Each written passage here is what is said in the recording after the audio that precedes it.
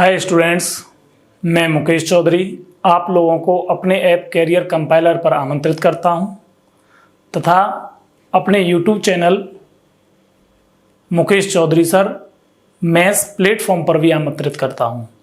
बेटा आज ये मैं आप लोगों को यूपीएसआई के जो प्रीवियस ईयर के क्वेश्चन पेपर हैं उन्हें सॉल्व करवा रहा हूं। देखिए आज इसमें कितने क्वेश्चन हम करते हैं। एक पार्ट एक दिन में नहीं हो पाएगा क्योंकि काफ़ी लेंदी वीडियो बनेगी, तो इस वजह से दो पार्टों में हम इसे किया करेंगे। ठीक है ना, आज इसको देखें कैसे करते हैं। ठीक है, सबसे पहला क्वेश्चन देखें।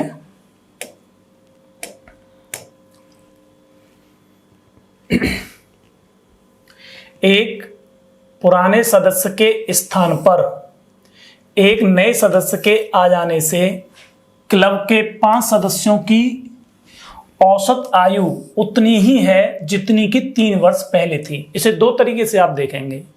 ठीक है, तो बताओ नए सदस्य और गए हुए सदस्य और नए सदस्य के बीच आयु में कितना अंतर है।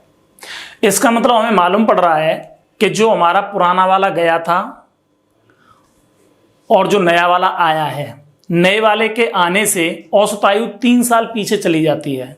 तो इसका मतलब नया वाला जो आया है उसकी आयु जाने वाले की आयु से कैसी होगी, कम होगी। तो आप दो तरीके से इसे कर सकते हैं। मान लेते हैं कि इनकी 3 वर्ष पहले जो औसत आयु होगी वो x ईयर होगी।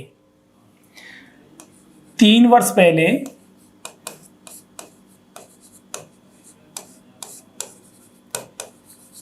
औसत आयु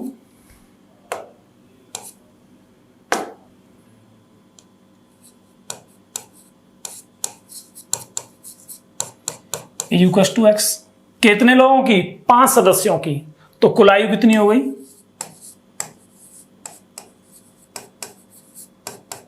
कुल आयु हो गई आपकी 5x। कोई डाउट किसी को? समझ में आ गया ना? कितनी हो गई? 5x हो गई। अब पहले से अब आएंगे तो कितनी बढ़ जाएगी? 3 वर्ष और बढ़ जाएगी। अब औसत आयु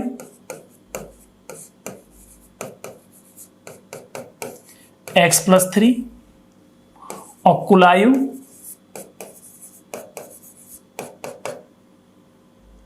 फाइव से मल्टीप्लाई कर दिया जाएगा एवरेज में, तो ये हो गई 5x + की 15।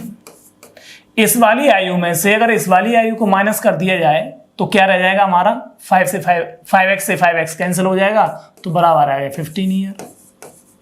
जो पहला वाला व्यक्ति था वो हैवी था, नए वाले व्यक्ति से कितना? 15 ईयर। क्लियर? कोई डाउट किसी को? समझ में आ गया? नेक्स्ट देखिए दूसरे तरीके से अगर मैं आपसे बात करूं कि ये वाला जो व्यक्ति था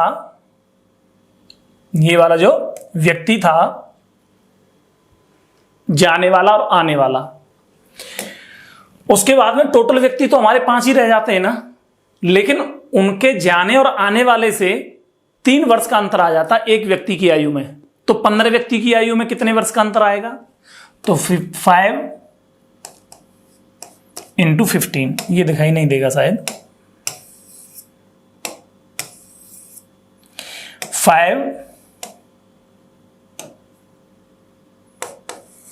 × 3 = 15 ईयर।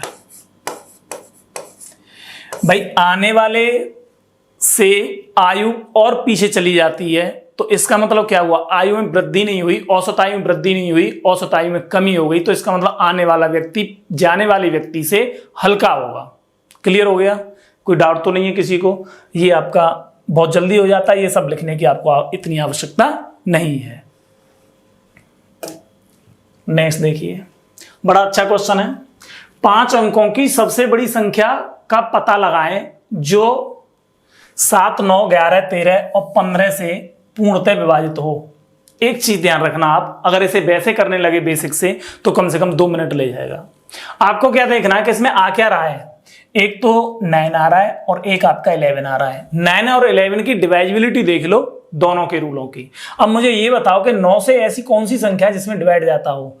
तो मैंने आपको पता होगा, मैंने तो अभी नहीं बताया, जब मैं आपको नंबर सिस्टम करा रहा हूँ तब सारी चीजें ये समझाऊंगा कि ऐसी संख्या जिसके अंकों का योग 9 से कट रहा हो वो पूरी संख्या 9 से कट जाती है। तो जरा देखें, इसे जोड़ें तो 18 हो गया। 18 9 से कटेगा कि नहीं कटेगा? कटेगा। इसे देखें, 9 9 18, 18 8 26, ये 9 से नहीं कटेगा। 9 और 1 10, 10 और 10 20, ये भी 9 से नहीं कटेगा। 9 और 10 19, 19 और 10 29, 29 और 3 कितने हो गए? 29 और 3 32, तो ये भी नहीं कट रहा है। न तो ये 9 से कटेगा, न ये 9 से कटेगा, न ये 9 से कटेगा। तो केवल कौन सा 9 से कट रहा है? केवल जो 9 से कटने वाला है वो, और वो सिर्फ और सिर्फ आपका कौन सा है? ये वाला नंबर है ए। ए इज राइट वैल्यू। क्लियर? समझ में आ गया? नेक्स्ट देखिए, 8 व्यक्तियों के समूह का औसत वजन, ये भी एवरेज से ही है, 2.5 किलोग्राम बढ़ जाता है जब 54 किलोग्राम वजन के एक व्यक्ति के स्थान पर 54 किलोग्राम वजन के एक व्यक्ति के स्थान पर एक नया व्यक्ति भाग ले लेता है। एक नया व्यक्ति भाग ले लेता है। तो इसका मतलब यह हुआ कि जो नया व्यक्ति होगा उसके आने से सभी का औसत भार बढ़ा है। तो नए व्यक्ति ने पहले तो उस व्यक्ति के भार को फुलफिल किया होगा जो गया था। भाई सबसे पहले किसको फुलफिल किया होगा? जो गया था उसके भार को फुलफिल किया होगा। अगर उतने ही भार का होता तो उसके औसत में, किसी के भी औसत में कोई चेंज नहीं होता। लेकिन उसके आने से 54 किलोग्राम का चला गया और उसके स्थान पर जब नया आया तो उसके आने से सभी के भार में वृद्धि हो गई। तो इसका मतलब 54 किलोग्राम तो उसने फुलफिल किया ही होगा। और उसके अलावा प्रत्येक को कितना कितना मिल गया? 2.5 kg 2.5 kg और मिल गया। कितनों को मिल गया? आपके 8 व्यक्तियों को। तो आने वाले का भार, new wait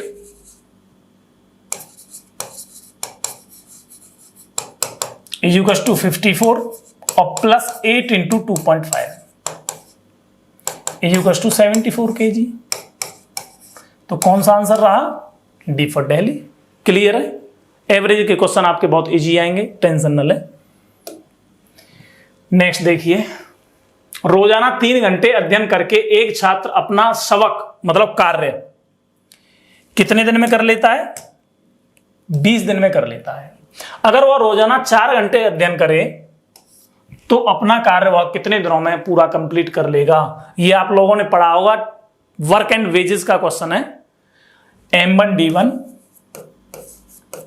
H1 upon W1 E1 R1 is equal to M2 D2 H2 upon W2 E2 R2। ठीक, M का मतलब आदमी, D का मतलब दिन और H का मतलब घंटे, W का मतलब कार्य, E का मतलब ताकत और R का मतलब रुपए पैसे। ठीक है, इसके अकॉर्डिंग हम देखेंगे रुपए पैसे। अब जो दे रखा है उसी को लगाओ। 3 घंटे काम करता है और 20 दिन में खत्म कर देता है। 3 घंटे अध्ययन करता है और 20 दिन में खत्म कर देता है। तो घंटे और दिन दे रखे हैं। 3 × 20 इज इक्वल टू 4 घंटे काम करे तो कितने दिन लगेंगे? D2 फाइंड करना है। तो 4 से ये 5 बार कट गया और D2 बराबर कितना आ गया? 5 × 3 15 दिन। तो कौन सा आंसर रहा आपका? आपका आंसर रहा कौन सा? आपका आंसर रहा ए। कौन सा आंसर रहा? ए। क्लियर है? समझ में आ गया? कोई डाउट किसी को? ठीक है, नेक्स्ट देखें। बहुत अच्छा क्वेश्चन है। 17 व्यक्ति हैं और उनको 2 पंक्तियों में बिठाना है। कितने व्यक्ति हैं? 17 व्यक्तियों को 2 पंक्तियों में बिठाना है। एक पंक्ति में तो 9 लोग बैठे हैं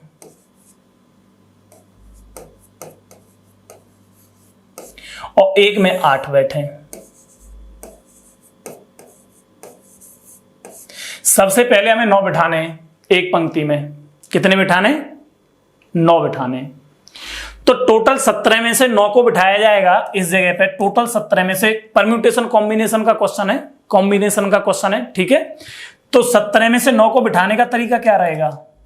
17C9 बिठा दिया, लेकिन उसने ये नहीं कहा कि कौन पहले बैठे कौन बाद में बैठे। तो इसका मतलब 9 को इस पे बिठाने का तरीका क्या होगा, इस पे 9 को बिठाने का जो तरीका होगा वो 9 फैक्टोरियल होगा। किसी को भी कैसे ही बिठा दो आगे पीछे तो 9 फैक्टोरियल हो जाएगा।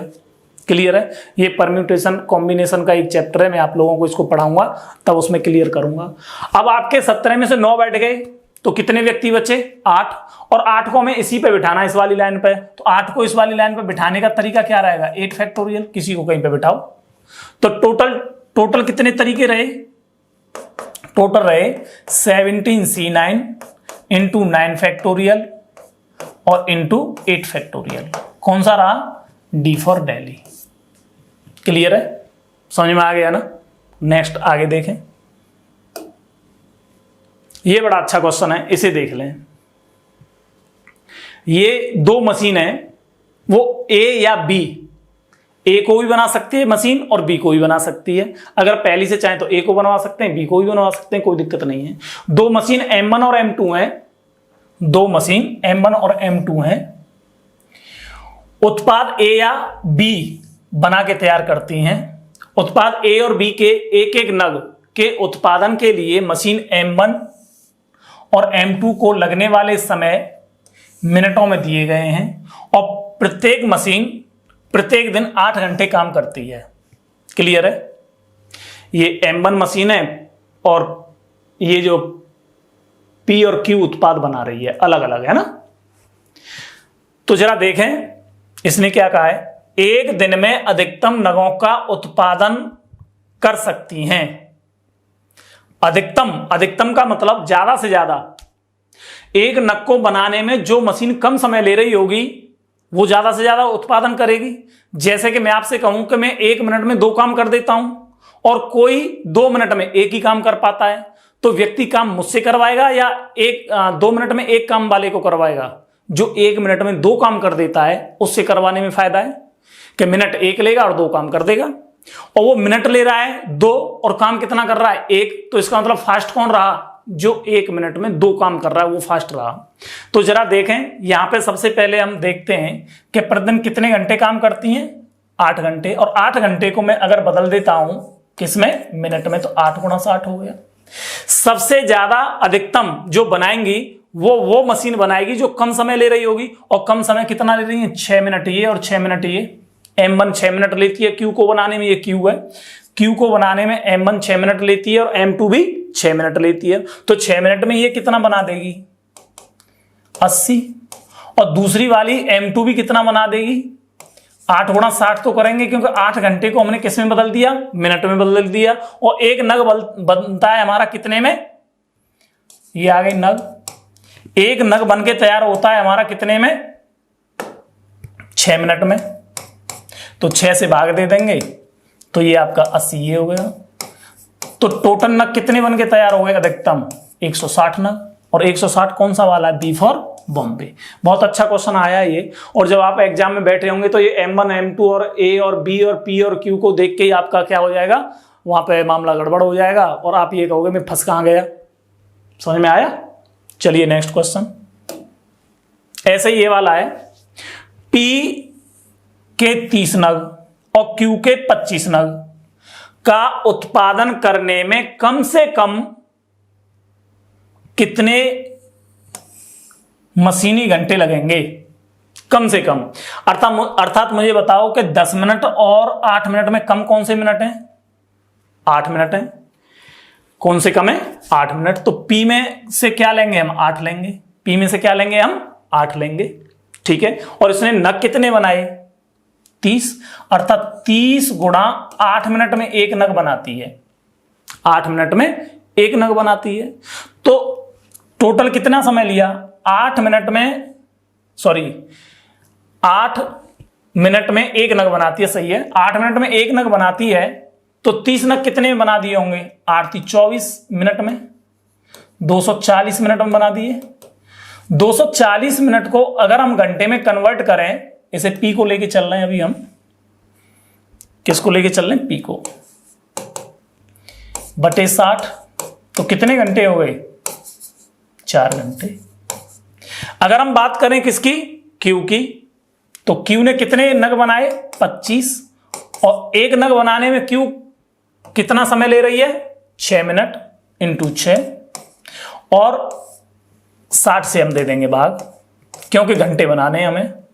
10 5 से 2 बार, तो 5 से 5 बार, अर्थात ये हो गया 2 घंटे 30 मिनट। सबको जोड़ दो तो 6 घंटे 30 मिनट। क्लियर हो गया? तो 6 घंटे 30 minute is this right value. Clear है? कोई डाउट किसी को? समझ में आ गया? नेक्स्ट देखिए, इसे देखें। निम्नलिखित में से कौन सी रूट संख्या है? रूट का मतलब है, रूट संख्या का मतलब प्राइम नंबर। इसमें भाग जाता है 3 से और 9 से और 3 से, इसमें 3 से और 17 से भाग जाता है, इसमें 3 से और 13 से भाग जाता है, इसमें किसी से भाग नहीं जाता। तो 47 हमारी क्या है? रूट संख्या है। क्लियर? नेक्स्ट, पूजा एक काम करने में चारू से 3 गुना ज्यादा और बानो से 2 गुना ज्यादा वक्त लेती है। वक्त ले रही है, टाइम ले रही है, टाइम एंड वर्क का क्वेश्चन आ गया है ना। तो इसमें कौन कौन है? पूजा, कौन कौन है? पूजा, और आपकी चारू, और कौन है? बानो। ठीक, पूजा चारू से 2 गुना समय लेती है, सॉरी 3 गुना, चारू से 3 गुना लेती है, और पूजा बानो से 2 गुना लेती है। जब पूजा बानो से 2 गुना लेती है तो बानो पूजा से कितना समय लेती होगी? मैं अगर आपसे कहूं कि बानो लेती है 2 घंटे, तो पूजा कितना लेगी? पूजा बानो से लेती है 2 घंटे, तो बानो कितनी लेगी? आधा समय लेगी, अर्थात 1 घंटा लेगी। तो ये कितना आ जाएगा बानो का? 3/2। समझो फिर दोबारा से, पूजा चारू से 3 गुना वक्त लेती है, लेकिन बानो से 2 गुना वक्त लेती है। जब बानो से पूजा 2 गुना वक्त लेती है तो बानो पूजा से कितना वक्त लेगी? आधा लेगी, 1/2 लेगी। और पूजा चारू से 3 गुना वक्त लेती है तो चारू पूजा से कितना लेती होगी? 1/3 लेती होगी। क्लियर? अगर मैं इसमें पूरे में 2 से मल्टीप्लाई कर दूं तो आपको तो कोई तकलीफ होगी नहीं। ठीक, ये आया टाइम, समय, और समय का अगर हम उल्टा कर देते हैं तो आ जाती है एफिशिएंसी, ताकत। 1/6, 1/2 और 1/3। जब एलसीएम 6 ले लेंगे तो ये हो जाएगा 1:3:2। टोटल ताकत कितनी हो गई? 6, और 6 ताकत हो गई तीनों की मिला के, और तीनों मिला के कितना समय ले रही है उसे करने में? 2 घंटे। तो कुल वर्क कितना हो गया? टोटल वर्क कितना हो गया? इंटू 2, तो वर्क हो गया 12। इस 12 काम को हमें किससे करवाना है? बानो से। और बानो की ताकत कितनी है आपकी? 2, तो इसे बानो करेगी 12/2। इसका मतलब 6 घंटे में। कितने घंटे में? 6 आवर में। तो this is the right value. समझ में आ गया भाई? कोई डाउट तो नहीं है किसी को? नेक्स्ट चलिए, ये मिड मीडियन मोड वाले क्वेश्चंस आ गए आपके। देखो माध्यिका पूछ रहा है, तो इस तरीके का कभी भी कोई क्वेश्चन आ जाता है, इस तरीके का कभी भी कोई क्वेश्चन आ जाता है तो उसके लिए सबसे बढ़िया तरीका ये है,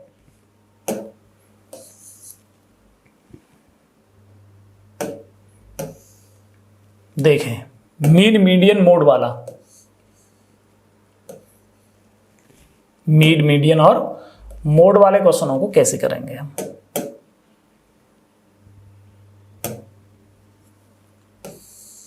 ठीक है, मिड मीडियन और मोड वाले क्वेश्चन कैसे करेंगे? मीडियन निकालनी है हमें। तो मीडियन में क्या करते हैं, जो हमारा डाटा दिया होता है उसमें पहले सबसे पहले छोटी संख्या को लिखना आरंभ करते हैं। तो सबसे छोटी संख्या कितनी है? 69।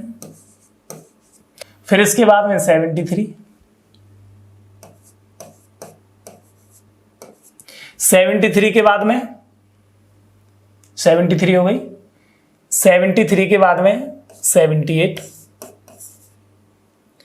और 78 के बाद में 79, और 79 के बाद में 85, 85 के बाद में 86, 86 के बाद में देखिए 86 के बाद में 96, और 96 के बाद में 96, और ये आपका 97 और ये आपका 100।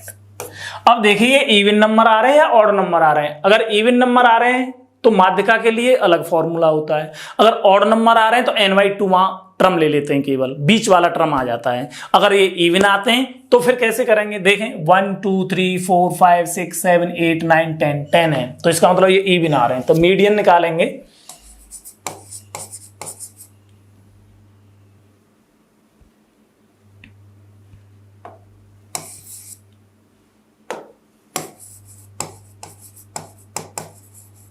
Median is equal to n/2 term plus n/2 plus 1th term. ठीक है, तो ये हो गया 10 है 10/2 प्लस 10/2 प्लस 1, इसका मतलब 5th और प्लस 6th टर्म दोनों को ले लेंगे, और अपॉन 2 और आता है, क्या आता है अपॉन 2। तो 5th टर्म कितना है 1 2 3 4 5, ये 85 प्लस 86 अपॉन 2। तो देखो 85 तो आ ही गया, बच गया 1 और 1 का आधा कितना हो गया 0.5, तो 85.5 is right value, 85.5 is right value. तो कौन सा सही है, ए सही है। क्लियर है। नेक्स्ट देखिए, बहुत अच्छा क्वेश्चन है, जरा इसे देख लें। इसने कहा है PQRS एक आयत है, PQRS is a rectangle, PQ is equal to 2QR, PQ QR के दुगने के बराबर है। अगर मैं QR को 1 मान लेता हूं तो ये 2 हो गया। क्लियर है। T एक ऐसा बिंदु है जिसकी PQ से कम दूरी अर्थात परपेंडिकुलर हाइट √3R है, तो ये √3 हो गई, √3 QR है, तो ये 1 है, 1 का मल्टीप्लाई करेंगे तो √3 हो गया। अगर MQT और NPQ का मध्य बिंदु है, ये इसका मिड पॉइंट है और ये इसका मिड पॉइंट है, तो उसने पूछा है एंगल QMR की वैल्यू क्या होगी, ये वाला एंगल पूछा आपसे। ठीक, तो जरा देखते हैं हम, ये हमारा यहां से यहां तक 2 है, तो यहां से यहां तक अपना कितना हो जाएगा, ये 1। ठीक, और ये भी कितना हो जाएगा 1। अगर मैं आपसे बात करूं कि इसमें पाइथागोरस थ्योरम लगा दूं ट्रायंगल TNQ में, तो TQ कितना होगा, तो आपका होगा sir TQ is equal to हो जाएगा √3 का स्क्वायर प्लस 1 का स्क्वायर, तो कितनी वैल्यू आ जाएगी 2। तो ये भी हमारा 2 आ गया और इधर भी हमारा 2 आ गया, तो 2A तो सारी साइडें ट्रायंगल की कैसी आ गई, इक्वल। तो इसका मतलब ये इक्विलेटरल ट्रायंगल हो गया, ये भी 60 डिग्री का हो गया, ये भी हमारा 60 डिग्री का हो गया, ये 60 डिग्री का हुआ, इधर ये हमारा 60 डिग्री का हो गया, और इधर ये भी हमारा 60 डिग्री का हो गया। अब ये मिड पॉइंट कह रहा है कि ये यहाँ पे मिड पॉइंट है, तो इसकी वैल्यू कितनी होगी, MQ की वैल्यू, MQ इक्वल टू 1 हो गया।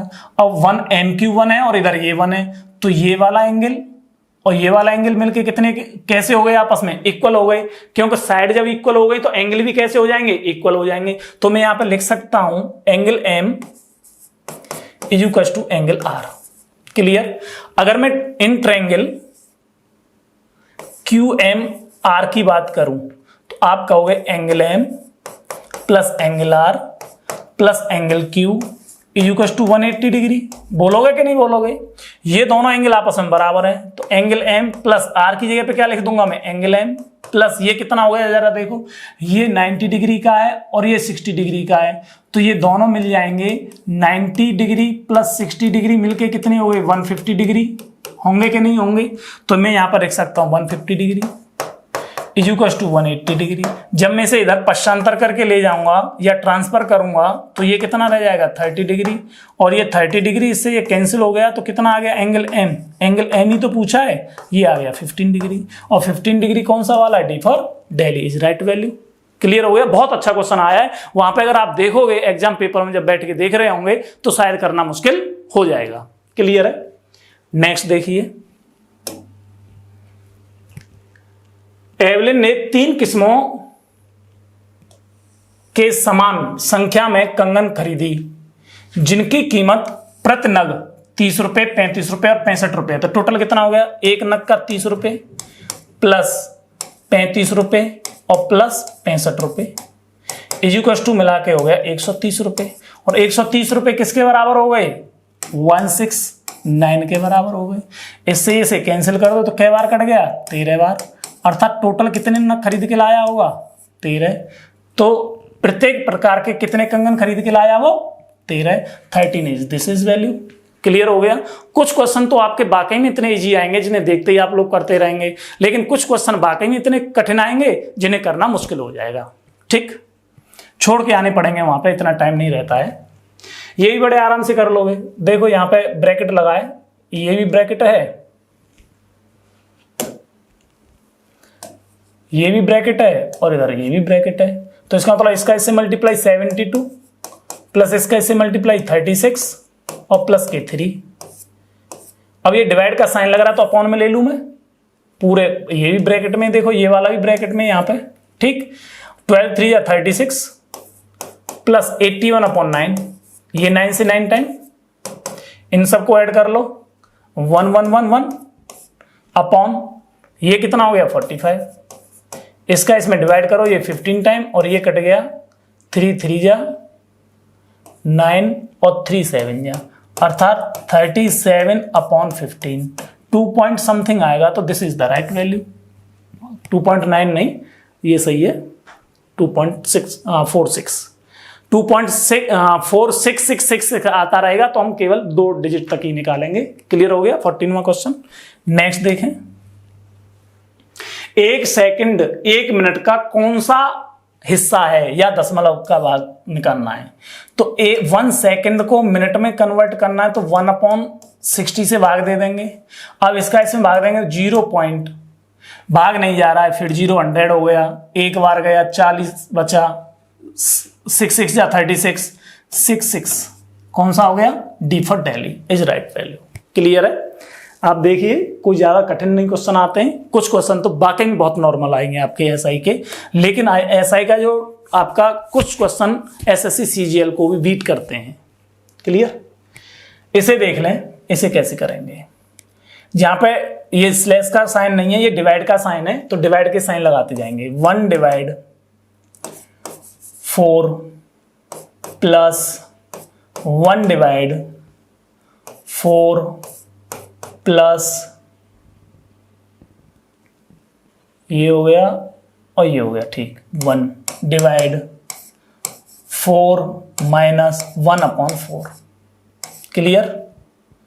सब बंद हो गए, ब्रैकेट ब्रैकेट जितने भी थे 3 4 ब्रैकेट जो आ रहे हैं वो सारे के सारे बंद कर दिए। देखिए 4 4 जा 16 और 1 माइनस हो गया तो कितने बच गए आपके? 15। तो ये हो गया 1 डिवाइड 4 प्लस ये बोर्ड मास के अकॉर्डिंग ही होगा, उससे पहले अगर आप इसे तोड़ा ताड़ी करने लगे तो दिक्कत हो जाएगी। डिवाइड ये हो गया आपका 15/4, ये भी डिवाइड में और ये भी डिवाइड में, तो इसका इससे मल्टीप्लाई हो जाएगा। ठीक, तो जब मल्टीप्लाई हो जाएगा तो 1 डिवाइड 4 प्लस 1 डिवाइड ये कितना हो जाएगा? 4 प्लस 4/15। इसका इससे मल्टीप्लाई प्लस ये करेंगे तो कितना हो गया? 64। 1 डिवाइड 4 प्लस 1 डिवाइड ये हो जाएगा 64/15। अब ये 15 से इसका मल्टीप्लाई हो जाएगा तो ये हो जाएगा 1 डिवाइड 4 प्लस 15/64। अब इसका इससे मल्टीप्लाई प्लस ये करेंगे भाई, इसका इससे मल्टीप्लाई प्लस ये करेंगे तो कितना हो जाएगा? 4 4 जा 16 और 5 21। तो इसका मतलब 1 डिवाइड ये हो जाएगा आपका 271/64। 64 का इससे फिर मल्टीप्लाई हो जाएगा, अर्थात 64/271 इज राइट वैल्यू। कौन सा आ गया? D for Delhi. क्लियर? अच्छा क्वेश्चन है, बढ़िया क्वेश्चन है, देखें बार बार देखें। नेक्स्ट क्वेश्चन, एक ठोस सिलेंडर को समगोलाकार सिलेंडर को पिघलाया गया है और उसे समान अर्धव्यास, जितनी रेडियस आपके सिलेंडर की थी वही रेडियस आपके किसकी है, वही रेडियस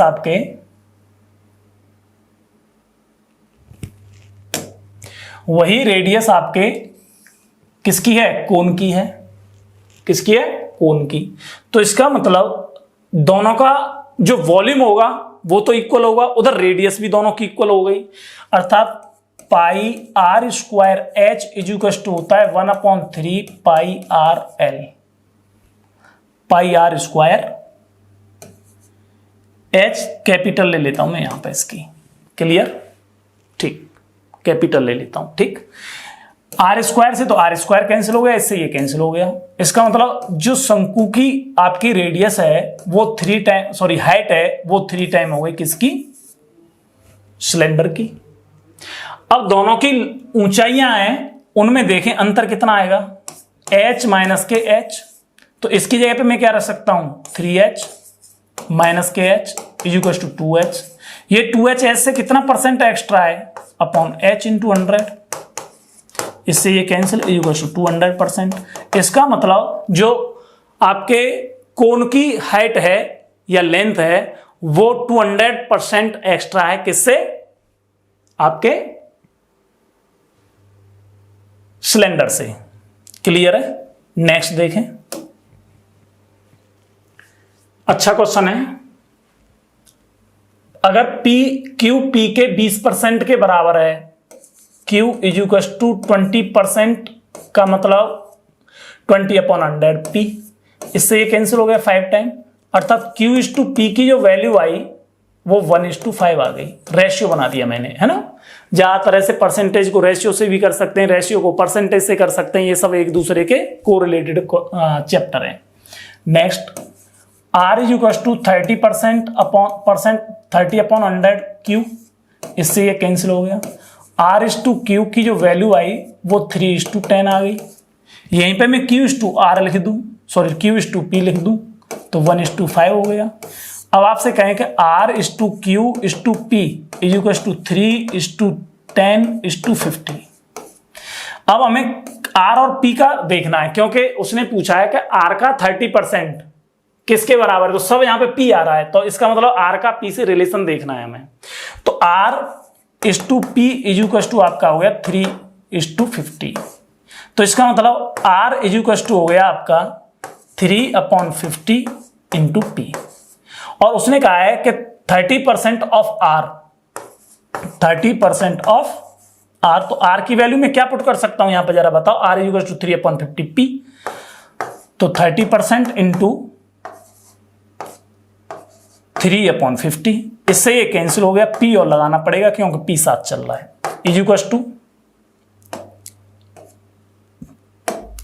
टू 9/5P परसेंट में, तो ये आ गया आपका 1.8 P%। तो P का 1.8% इज राइट वैल्यू।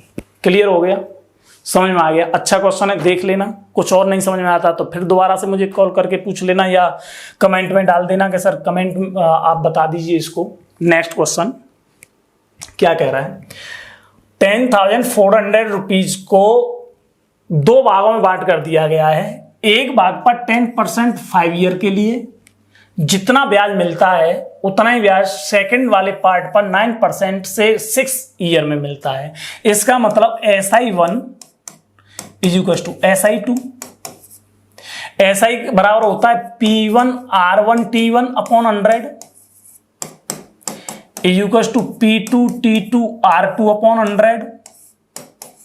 ये इससे कैंसिल हो गया। P की वैल्यू देखें कितनी दे रखी है, पता नहीं है, रहने दीजिए। P1 और P2 तो हम बाद में निकाल लेंगे। R पहले कितना, 10/5 इक्वल टू P2 इंटू ये कितना दे रखा है, 6/9। ये 3 टाइम 2 से और 2 से ये 5 टाइम, अर्थात P1/P2 इक्वल टू आ गया 27/25। दोनों को जोड़ लो, 2 और 5, 52। और 52 किसके बराबर हो गया, 10,400 के बराबर। इससे ये कैंसिल हो गया कितने टाइम, 200 टाइम। पहला वाला पार्ट P1 निकलवाना है तो P1 में मल्टीप्लाई कर दो 27 इंटू 200 इज इक्वल टू 5400। अगर हमें P2 निकालना है तो मल्टीप्लाई कर दो 25 into 200 is equal to 5000। This is the part. कौन सा बन गया जरा देखो, 52:52, ये गलत है। अच्छा ये मिस्टेक हो गई है यहाँ पे, नहीं, D for Delhi is right value. कौन सा सही है, D for Delhi is right value. इसमें दोनों ऑप्शन एक जैसे हो गए। चलो कोई बात नहीं, आज के लिए इतना ही। 40 क्वेश्चन आते हैं आपके, 40 में से 20 मैंने आज करा दिए, 20 में अगली बार आपको करवा दूंगा। नेक्स्ट वाली वीडियो में आपको इसके 20 क्वेश्चंस मिल जाएंगे। ये फर्स्ट वाली ST मैंने आपको कराई है। Okay, thank you.